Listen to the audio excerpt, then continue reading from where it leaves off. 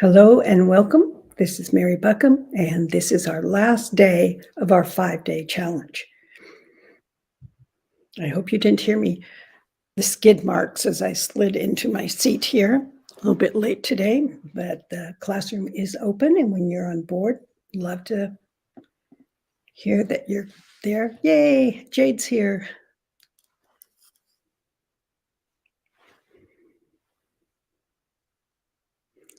And Cindy from Colorado. Louise from Denver. Cindy, I associate you with Colorado because of your stories. Okay, good. I was right. Wonderful. Okay, we have yay, Melissa's made it. Helen from Seattle. I didn't realize that you were just right over the water there. And Carol's on board.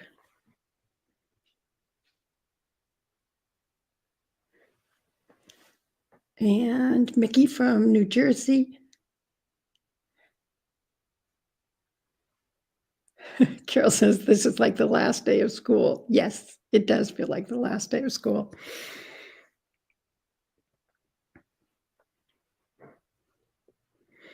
Any questions before we get started today? I have some fun things to share here.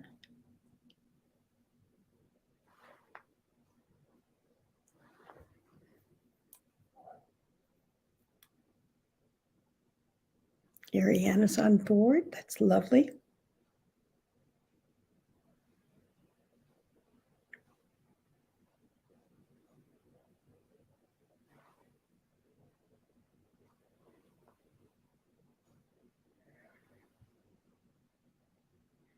Carol said, I sent you an email. I hope it made it to you. Carol, I did not see one in the last 15 minutes, which is the last time I checked my inbox, so it may be there. Helen asked, do I offer the 4-week course regularly? Helen, I offer it just once a year. I currently am doing 4-week plus classes a year. So that's 4 months of a year. And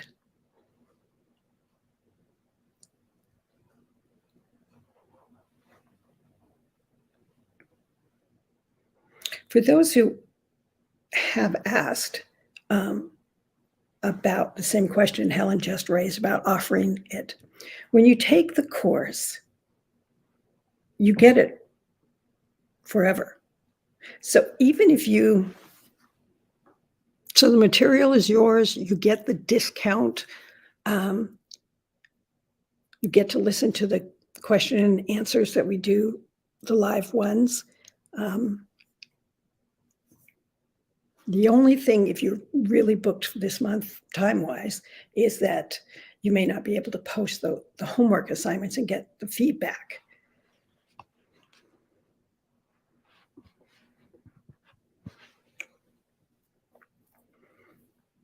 Okay, it looks like, looks like just a minute passed.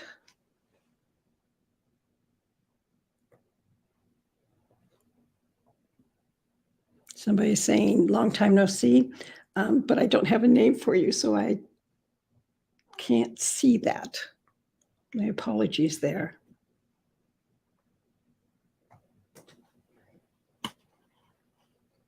Okay, until Tech I can come out and fix his phone so that I can see comments. I'm going to go ahead and get started here, and we dig into today's.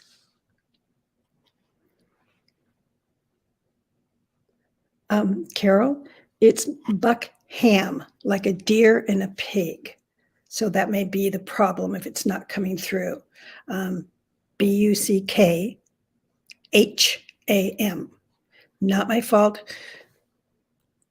Scottish Tech Guy fault that they spelled it that way. So let's go ahead and jump in here. What I love about this class is that it is insights from other writers. So it's not just me giving you feedback.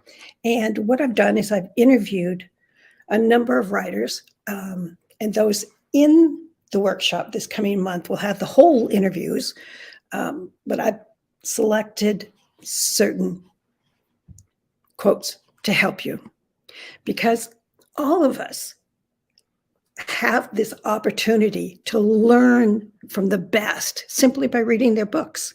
Now that you know what you're looking for in sexual tension, you can read once for enjoyment, but also read to see, why did this make me really turn the page here, because I wanted to read more and I had to read more.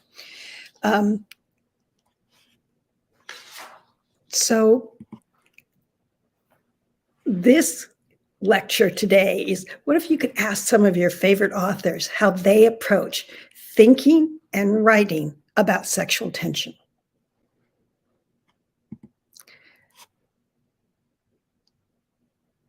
So this was a question I posed to several of them and their answers.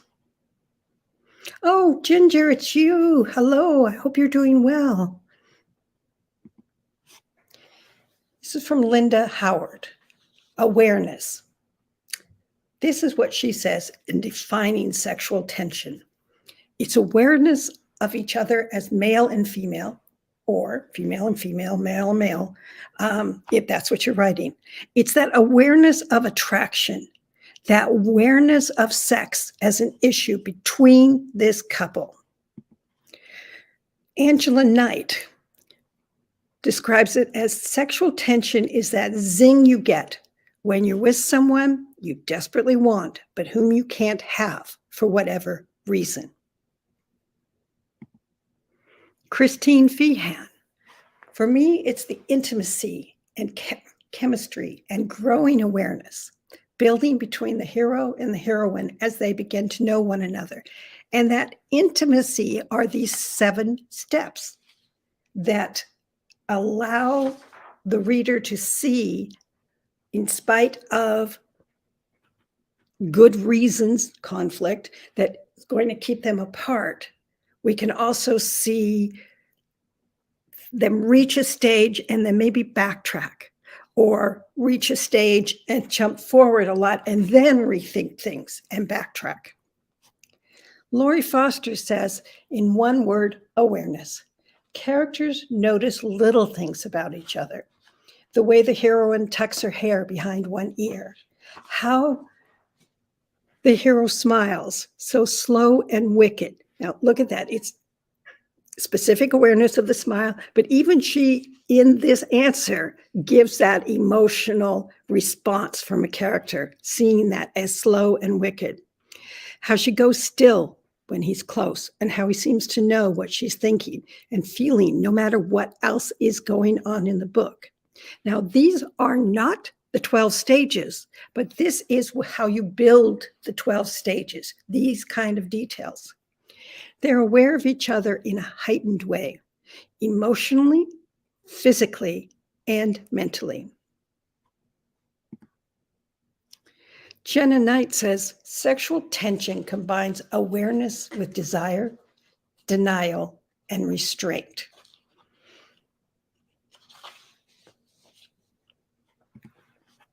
The hero and heroine are aware of each other as sexual creatures, but it doesn't stop there, like it might if an especially hunky man moved in across the street. And while you're aware that he's hot, you're also happily married and have no desire to be with another man. So that's the awareness part.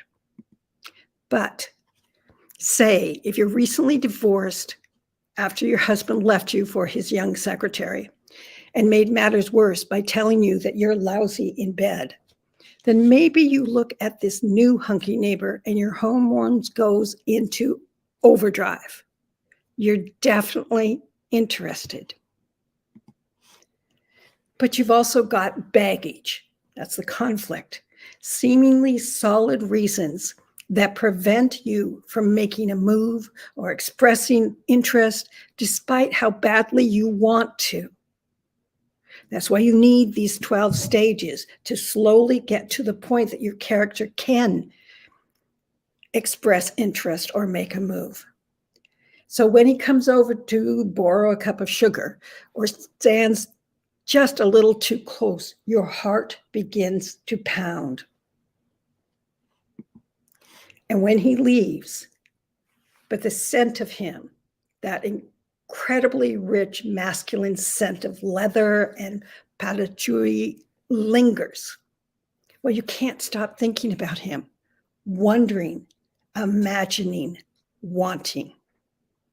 And that's what we've been looking at. We only looked at 2 specific stages, but there's 12 stages, and revisiting those stages as your story develops. The next question I asked is, how do you build or layer awareness between your hero and your heroine?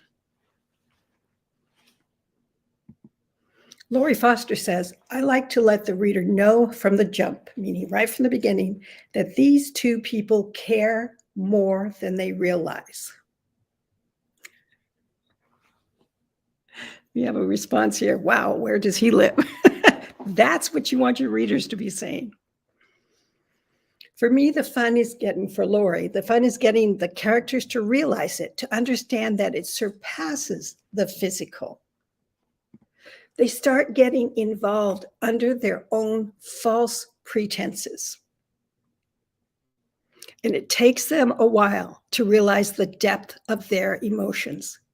But those emotions with the physical desire is what makes the romance special. It's not simply the act. He takes her hand, she takes her hand. For that stage, it is that particular person. It is building that awareness, that it's engaging those emotions. I'm attracted to this. I want to hear more of that. I want to feel that difference in the shape of a hand and the roughness of one hand and the softness of another. Linda Hauer says, I take my cue from the characters themselves. They're real people to me. I get inside their heads, their characters, rather than imposing myself on them. Now, this is an important point because you can see it sometimes when, as we're writing, we get to a particular stage, particularly one that we might not feel comfortable with, or we can't remember what that stage felt like, or for whatever reason. And what happens is we write it on a surface level. We write it where we don't really get into their skin. It's just a perfunctory, yeah, he's got lips, he's got a nose, he's got a face. I want to jump his bones. Let's do it. Do you see that sense that when we don't go deep enough, when we really don't have our characters see the other from their perspective, they might not like what they see, as in, I don't want to be attracted. But again, that's that emotion that you've got to get into. Linda goes on to say, I'm not writing about me. I'm writing about them. Characterization is the most important part of a book, and I agree 100%. If the reader cares about the character, she or he will relate more intensely to what the character feels. Carol says, what about when you walk into a room and the air feels charged and you know that he or she is there, but you can't see them?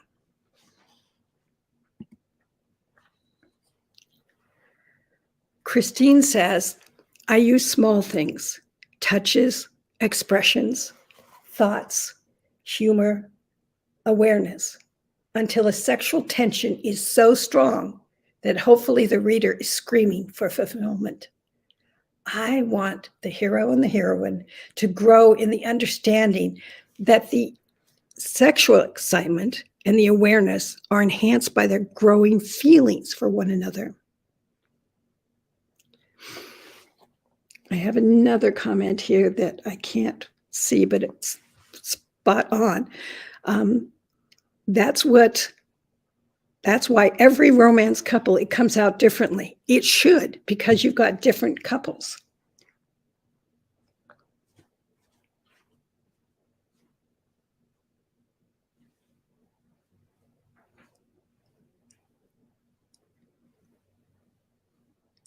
It depends on the character, what they will notice about each other. This is from Ziona. Thank you. I finally got tech guy out here to fix his phone. The next question I asked was, do you have any specific tips or techniques to make sure one's sexual tension is as strong as it can be? Christine Fian says, I always tell myself I have plenty of time. Now, this is important. There's been a couple of times where I've indicated that something might feel rushed, like it's, oh, we're supposed to do this now and let's do it. But it's not that sense that I shouldn't have, but I'm touching, or I'm hearing the voice, or I'm looking deeper into the eyes. Sexual tension and even sex itself in a book is the foreplay. And I don't mean in the sex scene. The leading up to a sex scene is so much more important. She continues, anticipation and the drawing in of your reader is the biggest challenge. Now, this is a person, I think she's probably written about 40 or 50 books by now. They're known for their sexual tension, and she still is aware, has to remind herself. The reader has to care about the hero and the heroine, or the hero and the hero, the heroine and the heroine. They have to anticipate and want them to get together. If they're reading and the slightest dialogue or touch or a casual gesture, such as the hero brushing a leaf from the heroine's hair, becomes hot, then you've done your job. So in this 5 days, we didn't have time to go through all the subtleties that are threaded in between these particular, that touch is what might relate and create the trust that then allows them to hold hands. Ariana says, I admit I finished reading romance novels that have the worst plot, but because I love the characters, I still read it through to the end.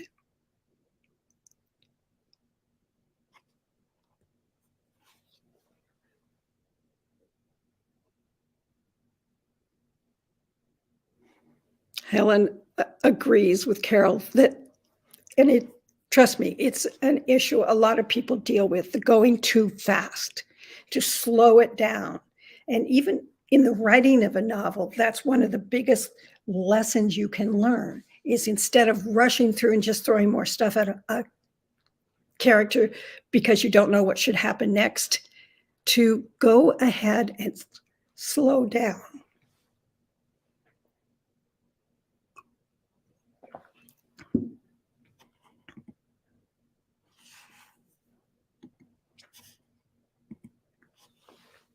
Jenna Mills, in order for there to be sexual tension, the interaction or awareness needs to be there first.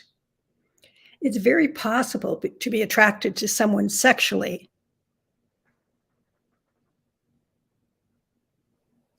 but not have the tension build between the two of you. The tension comes from that combination of attraction, desire, which is an emotion, denial, which is a conflict, and restraint, which is more conflict.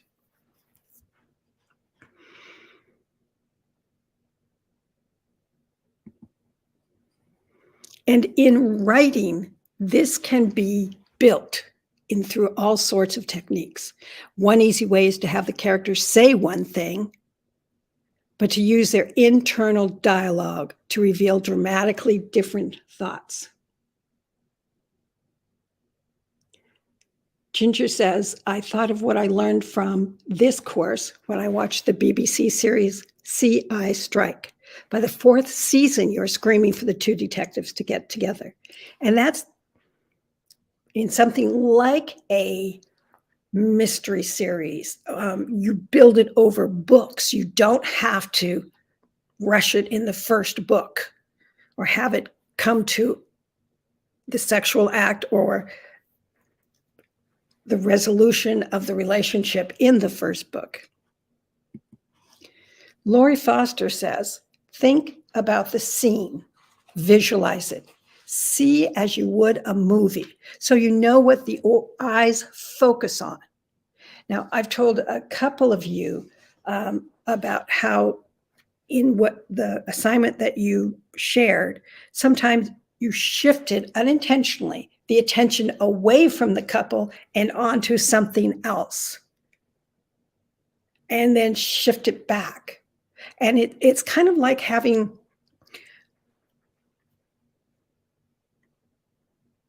toddlers or kids around when you want to get together with the person that you love, and your attention gets shifted over here or over there, or even having animals sometimes. It breaks the tension. So she says, to know what the eyes focus on, how the hands move, the beat of a heart, the meter of a breathing, all of these are important things. Then you stop looking at them and you get into that character. So how do you describe what his or her gaze focuses on? How their hands move, that beat of the heart. Does it increase? Does it have a hiccup because they want something, they know they shouldn't act on it? And how about their breathing? Peyton says movies have a tough time showing us what the characters thinking and feeling. Writers can really get into their heads. Absolutely. And this is where in movies they use the music to give the emotions. So Carol says, I like to close my eyes when I write a sexual scene. It plays like a movie in my head. But be aware, Carol, if you just stop at the movie level, you're looking at them. You're not in their bodies. And that's what we're aiming for. Next question was, if there's one piece of advice you could give new authors on how to create sexual tension, on how to, what would it be? Christine Freehand says, engage your reader with the small intimacies and the smoldering looks and suppressed passion that is threatening to burst out because he just has to have her, or she just has to have him or her. Sexual tension in a book for me is about the emotion. Absolutely. If that isn't there, I'm not engaged enough. So build the emotion. Ariana says movies use body language. Absolutely. And you can, when you watch a series or a movie that they don't, you feel like, who paid to have that actor or actress in there? So they have the credits of being in a movie, but they don't have that ability that the best actors and actresses have of being able to show simply by their body language what they are feeling. Linda Howard says, don't obsess about the sexual tension to the point you forget other more important things, such as character development and plot. Sexual tension is more in the mind than anywhere else. So really get into your character. And one of my personal little annoyances is when the male characters don't talk like male characters, or they don't talk like men. When they're too flowery, too wordy. Listen to men. Pay attention. Now, Linda happened to work in I think it was a trucking business. So she was mostly surrounded by men. So she had this learning opportunity all the time to realize those differences between the way a man thinks, what he sees, how he says things, and she gets that in her characters. Susan Anderson says, I think the biggest mistake any author can make is thinking sexual tension is all about the body parts. He notices her shapely butt, her perky breast. She salivates over his studly abs. People who are attracted to each other do notice those things, but the heroine needs to catch a glimpse of the hero's intelligence or kindness or vulnerability. The hero needs to see the same thing in the heroine, because readers need to see that the protagonist changing their attitude toward one another, thus strengthening the believability of these two people falling in love. Sex without any liking generally doesn't play well. Characters can and do have sex before they even like each other, of course, but it's been in Susan's observation that for it to hold together, a large step back is usually then taken between the two main characters until they build some trust between them. So you can start with a sex act. You can start with them being married. You can start with stage 11 or stage 9, whatever it is. But if there isn't the emotion there, if there isn't that awareness of them as someone that the reader understands they care about, it falls apart.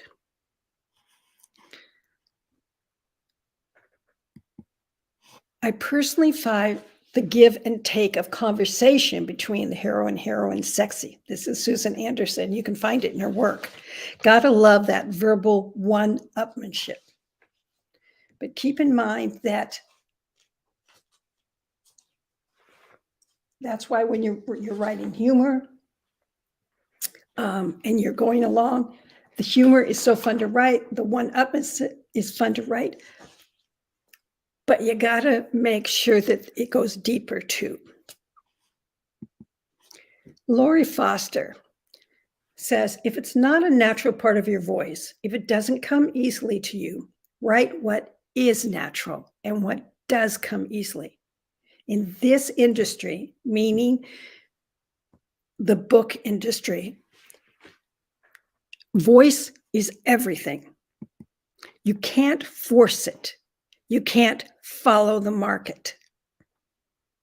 And trying to do so will only make you miserable in a profession that often takes misery to a new definition. Now, what she's talking about is you will see trends, particularly if you're in traditionally publishing. You can see them outside of that. But as publishers became acquired by multinational corporations and stopped being about editors and agents that were given the freedom to find authors that were writing something that not everybody was seeing and in a new way. But what happened when it became multinational is on the corporate level, and you see this in a lot of ways, in a lot of different businesses, they see widgets, this sells, so everybody do this. So you saw it in the publishing industry. It was like, on Tuesday, you could sell a Regency book, but on Wednesday, they decided it has to be vampires. So everybody had to be vampires. Well, the readers didn't go away. The corporate decision was that widget sells, so we need more of that widget. But from the reader's perspective, it's like, I don't want to read vampires. I want to read Regency, or I want to read LGBTQ. I want to read this. I want to read that. So there is a market for everything out there. You don't want to say, oh my God, this person can do this so well and I can't. You can try, but if that's not what makes you excited to get up and write, and it's just like and I've known them, the editors at publishing houses that was like, if they're not having sex by page 3, I don't want to see it. It's like, that's not necessarily what all writers want to see or all readers. As Jade points out, that's why self-publishing or indie publishing has offered us more freedom. Absolutely. Because there's niche markets within niche markets. It also gives back a lot of pleasure, a career in writing, but the lows can be really low. So prepare yourself and make it as enjoyable as you can. Write what you're dying to write. So if you don't want to show sex on the page, you don't want stage 11 or stage 12 on the page, you're not comfortable with it, can't see your characters doing that, don't do it. Write what you're dying to write. That build up, that intimacy, that love that can be created. I always have, this is coming again from Lori. I've always have, meaning write what she wants, and it's kept me hooked and it's made the lows and the highs worthwhile. Melissa says, now my anxious little brain is worried. How do you know if you have the voice to write it? Melissa, you're writing it. So there are people who will find your voice. Voice is something that you can't force. It is how you see things. It's how you feel about things.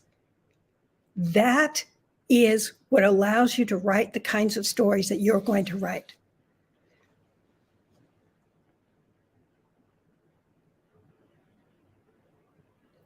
And as Claudia points out, there are readers for every writer. Connie says, fall in love with your own book. This is where it can make such a difference.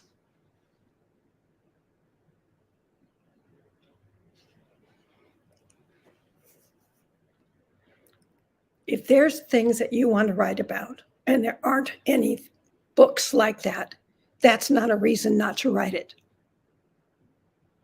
There are some books that are not discovered for a long time, but when they are discovered, it makes such a difference to the readers because they can feel when you're writing what you believe, they can feel it.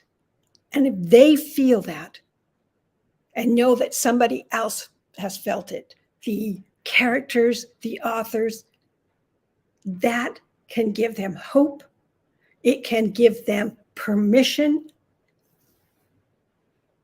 As Jade says, it's an opportunity because there's a gap you can fill.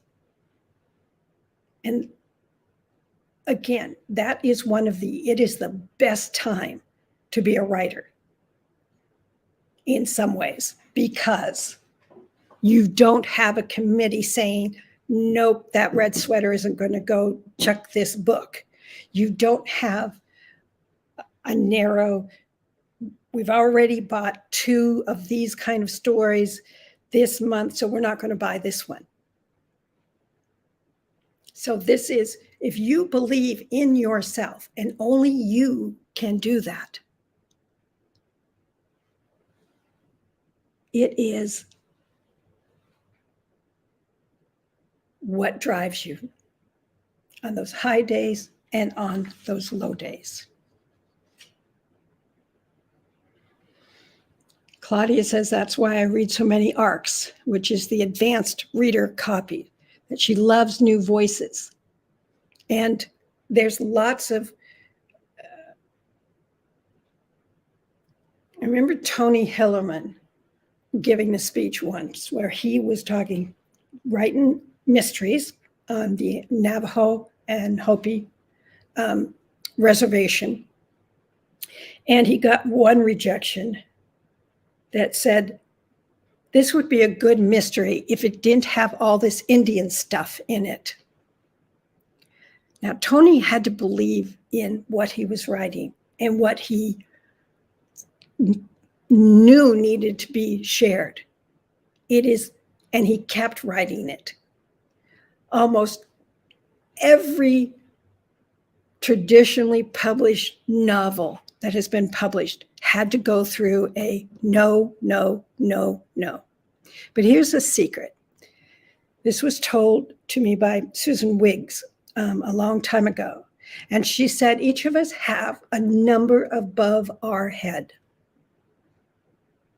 And that number is when we get a yes from a agent or an editor. The thing is, we don't know what that number is. That number may be 10. It may be 172. It may be 346 before we'll get that yes. But if you don't keep going, if you don't believe in yourself, if you don't write what you love to write, you could stop right before you get that yes and never know it.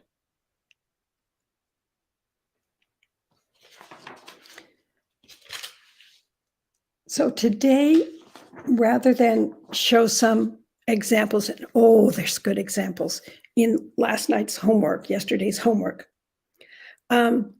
What I recommend, and there's not going to be homework for today, I'm going to answer some questions that people had about the month-long seminar next, but take the time to go back and read some of the powerful words that are out there.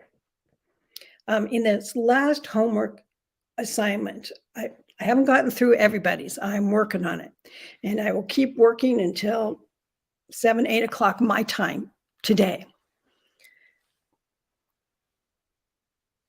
See the variety, see the differences in how people used a kiss. The kiss was almost a non-event, but it was the ramifications of that kiss.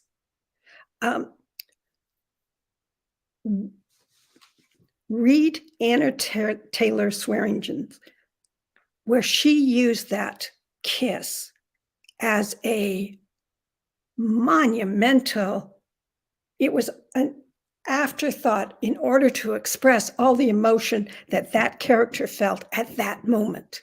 It was brilliant. Camellia shared an assignment where she used that kiss as when it goes wrong, when it can be dangerous, when it can be not the happy ever after. Yet she had the specific awareness, powerful emotion, and it almost killed you. Anne Raymond, who is writing literary fiction, not commercial fiction, not a romance per se. The word painting in her story was so fresh and so powerful. And again, she's one of these individuals who is writing in a second language. And she managed to get that emotion in a older couple that were not looking for love, which most of our characters aren't, but this couple in particular, through this particular story, there were so many opportunities for them to stop and pull away and say enough, that kiss said so much. And there are others. So take the time to look at your fellow writers. This is an opportunity we don't always get. When I'm done today, I'll go back right to that first exercise and start responding to those I haven't been able to yet, and the second day, and the third day, and the fourth day. And I will get as many as possible. But you can follow these writers along. Linda says she recommends Linda Lael Miller as a author that Linda feels, this Linda, instead of Linda Miller, feels does a very good job. So I've seen the improvements that people have done, and I've seen the power of the different voices. This is probably one of the strongest groups that I've worked with on the challenge. Take advantage of it. Look at all the what people have posted, what others have posted for feedback, and what I say or what you feel about the feedback. Carol says, Susan Mayer, she's my go-to author when I want a sweet romance. And that's it. Not everyone is writing hot, hot, hot, nor should they, because we would all get pretty tired of it. And it is the variety that is out there. And sometimes we want just that gentle, that aching, I should have done more, I want more, it's fascinating and inspiring. So even if you can't get through everybody's post for the challenge itself, particularly look at what people shared for the KISS, because you'll see a gauntlet of different approaches to using a KISS. As a reminder, there's no one right way to go about it.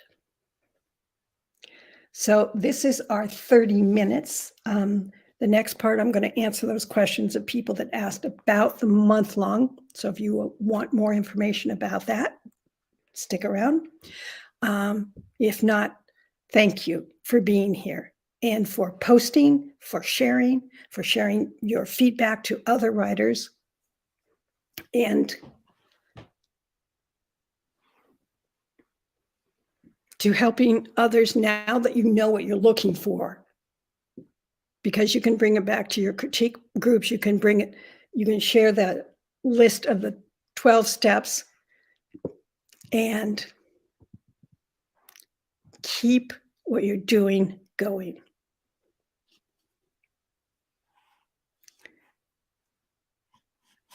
And for those who have had some questions, I'm probably going to be able to answer them right here today about that month-long class. So even if you're not interested in class, you may want to know for next year. And what's the whole function of that course and how to use the challenge to move from what you've learned here to that is because we take those 4 weeks plus the 5th week of information to dig into what you've done here and expand it in a stronger way.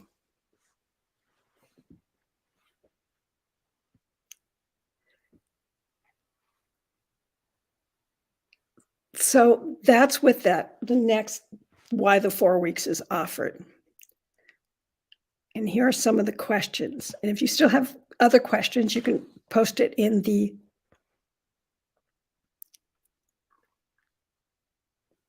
chat bar still. This is one question that came up. Do I need to be at a certain time and place to listen to the lectures? No. All the lectures, the bonus materials, the handouts, the quizzes, they're already in the online classroom. So if you have most of your time this week to work on it, work on it. If you can't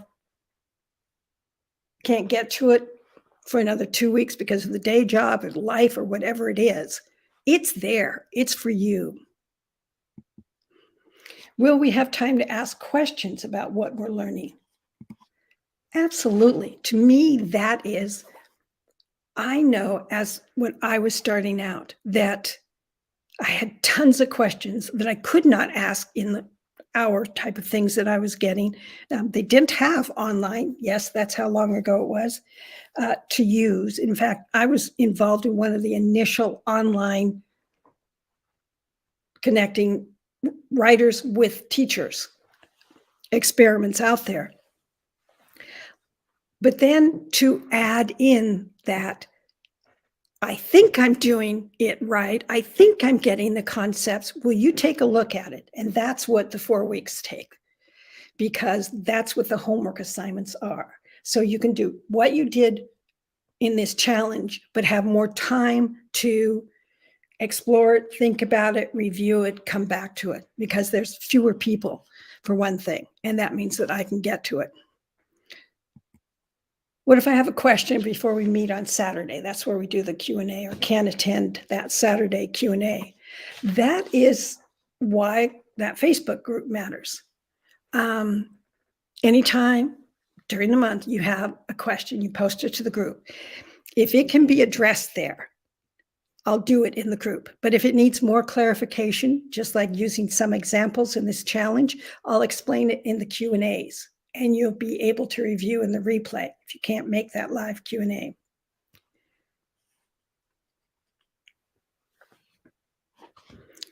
Okay, Helen says, approximately how many hours per week would we need to spend on the course? My hesitation is that I will lose momentum in my manuscript.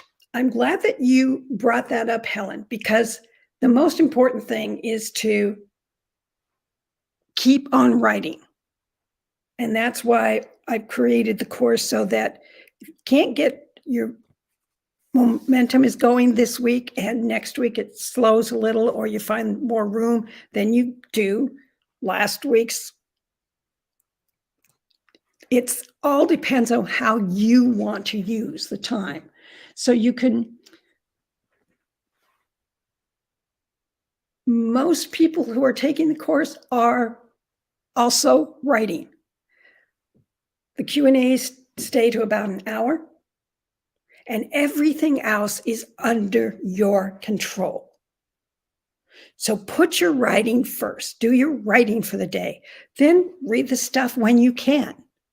When you're waiting for a doctor's appointment, when you're in the evening, instead of watching a TV show or something, you can. I kept the lectures, they're broken down into smaller chunks so that you can do it in 20 to 30 minutes. Now, there might be 4 or 5 lectures about the topic, but I wanted you to be able to access it. So multiple people, and Jade, if you're still on here, have kept writing. Anne, I don't know if she's here or not. She uses this, the last time she took the sexual tension workshop, as to dive deep into those emotions of her 2 characters. Then she came back and took the plotting workshop to see, how do you hold it together? Okay, so she did a lot of this stage, and then possibly that stage, and then this stage. And then she went back to the plotting workshop to see, where does it fit in on the arc of the relationship. Jade,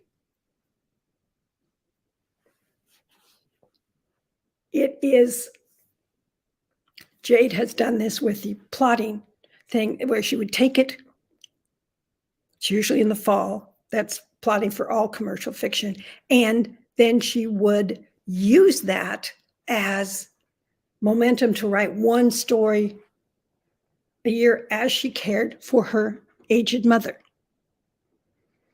So she had full-time occupation, but she still found a way to take that information to get her re-excited. Helen says, when do you offer the plotting workshop? I offer 2 plotting workshops a year. One is about romance, and we've just finished it up last month. The next one is about writing any kind of commercial fiction. It includes romance, but it doesn't have the focus on the development of the relationship. So in the fall one, I usually get more mystery writers, sci-fi, fantasy writers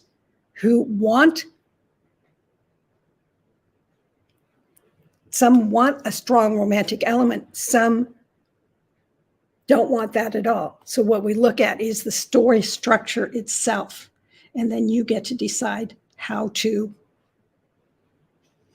build it in.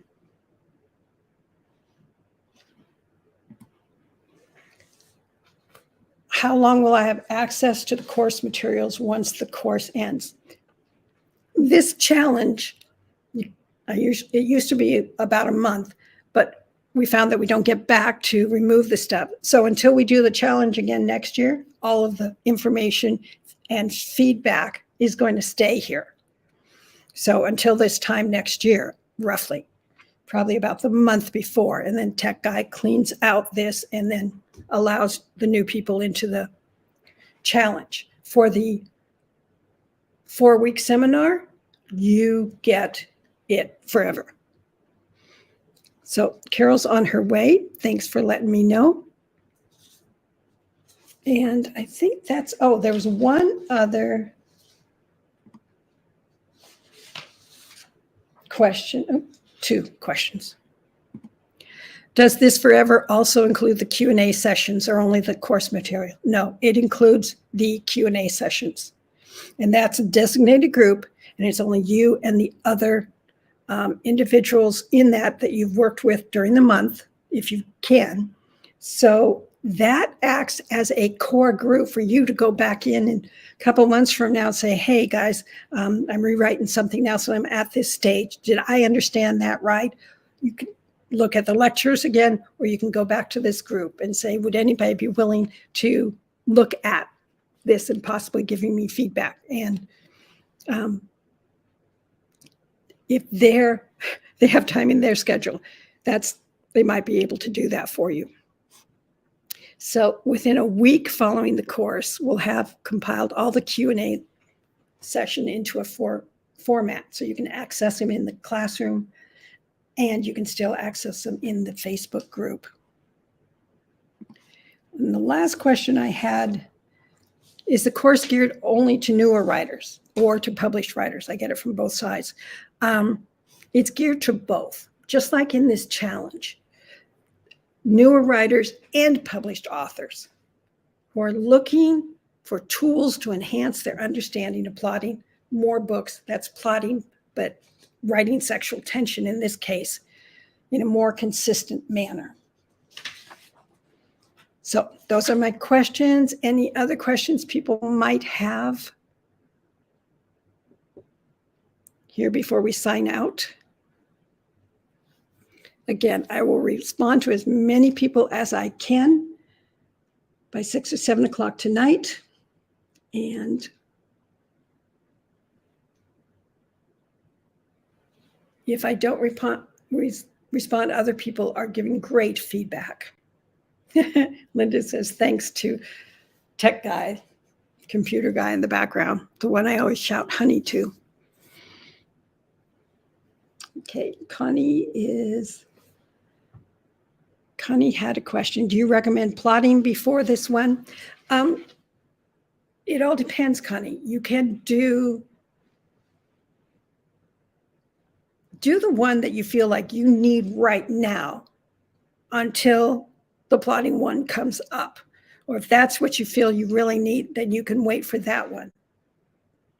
So that's what's going to,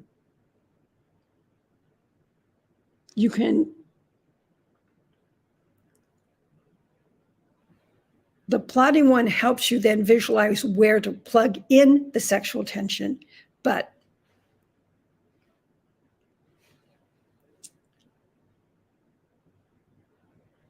there's no one right or way to do it. It all depends on what you need and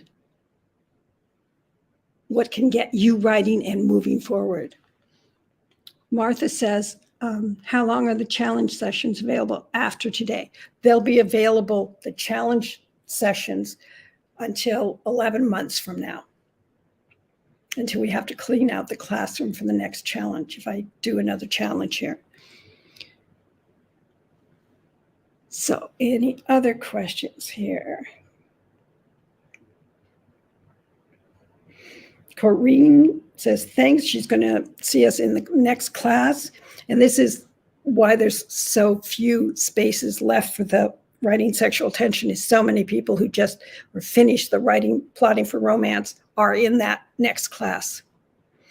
So Violet says, thanks so much. And honey, I learned material to enhance my Christian novels that deal with hard topics. Ooh, sex trafficking. Wow, that is a hard one for, especially for inspirational, but I'm really glad you're writing that.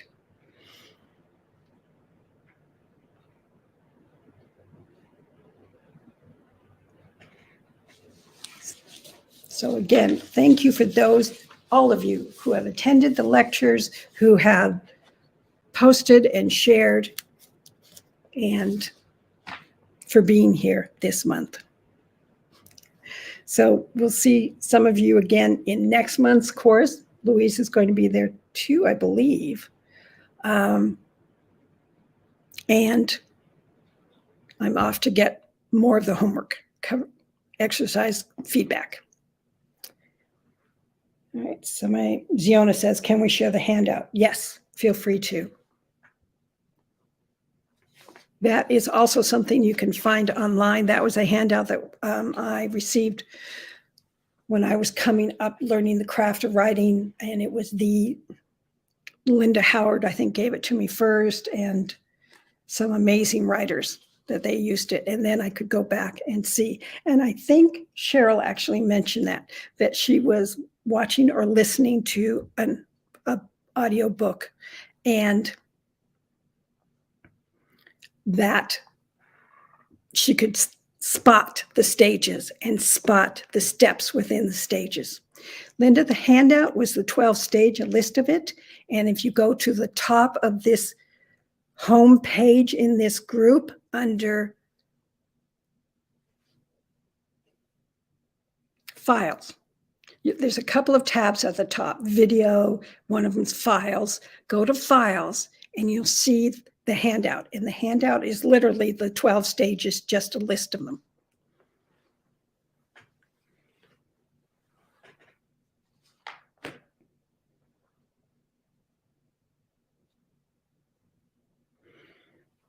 Okay, I'm actually going to be done 5 minutes early. There's a first time for everything. Okay, thank you again. And I want to wish you the best with your writing and with your career as a writer. So keep doing what you're doing, challenging yourself, expanding your awareness of different aspects of the craft, and working with other people who are also doing that. So gold stars for everyone here. Thank you, and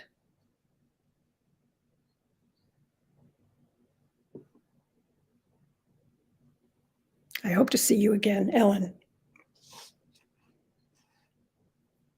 Okay, take care. Bye.